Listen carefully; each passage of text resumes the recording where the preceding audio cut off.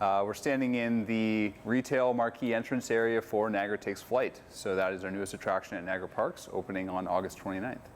Yeah, we looked at the opportunity that was available to us with the space that we had. So Niagara's Fury had a long-standing run here, and it had reached the end of its life cycle as a viable experience. So we looked at the space and what we could do with it. And determined that a flying theater experience would be a good fit for the space, but also for us in terms of the experience that we could provide for the guests. What it really does is it gives you the chance to see Niagara through the eyes of a bird. And you're going to fly over some of our iconic sites and attractions, obviously the Horseshoe Falls being one of those.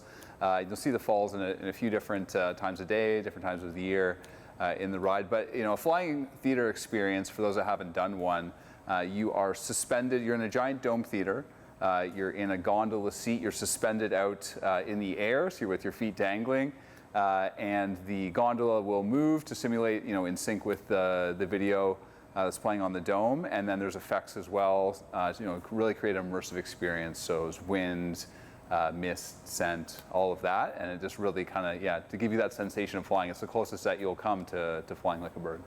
Well, the basis of the flying ride, what we're creating here as the penultimate finale to this attraction, goes all the way back to an attraction I created. I've spent 31 years with Walt Disney Imagineering, working as a creative there and developing many, many different attractions. And one of them was Soarin' Over California, which was the original flying ride. From the earliest conceptual development, working with all the other magnificent talents and with NPC's team, to understand and define what the story is that's going to be the basis of the attraction.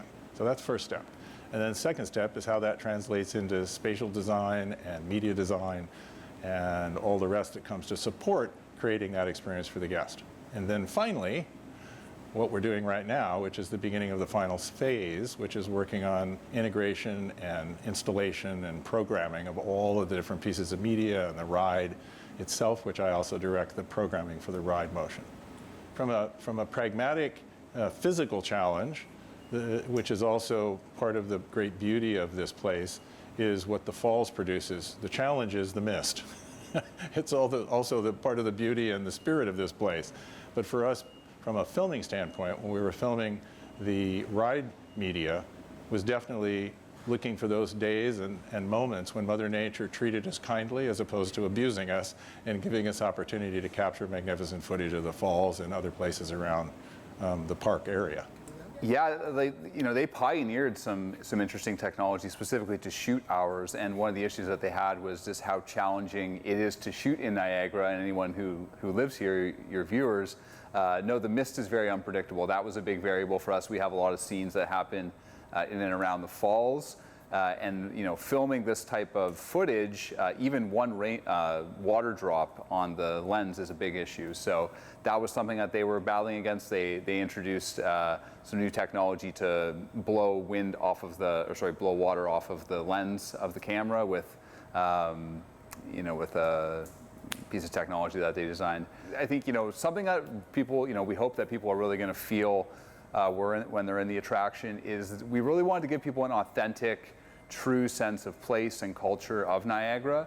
That was really important to us. So you see people in the movie, you'll see people, all our staff from across Niagara Parks. You mentioned the battle reenactment at Old Fort Erie. But in addition to that, we have a scene outside Table Rock, which is the finale of the ride. And we had hundreds of extras out here in the middle of January, freezing cold, and they were just so excited, so happy to be part of the production. And I think that energy and really carries through to some of the scenes. Like we had an amazing scene out at the Landscape of Nations with an Indigenous exhibition, and we had some audience members come for that as well. All throughout, it's really we go through the pre-show areas, and when you do the experience itself, it's really a story about people. So you're flying over these different scenes and places, but it's not just an empty landscape. It's animated by people. You're going to see, I think, really the culture and kind of the heartbeat of Niagara throughout it. Obviously, most of our attractions are outdoor nature-based attractions or, cultural sites.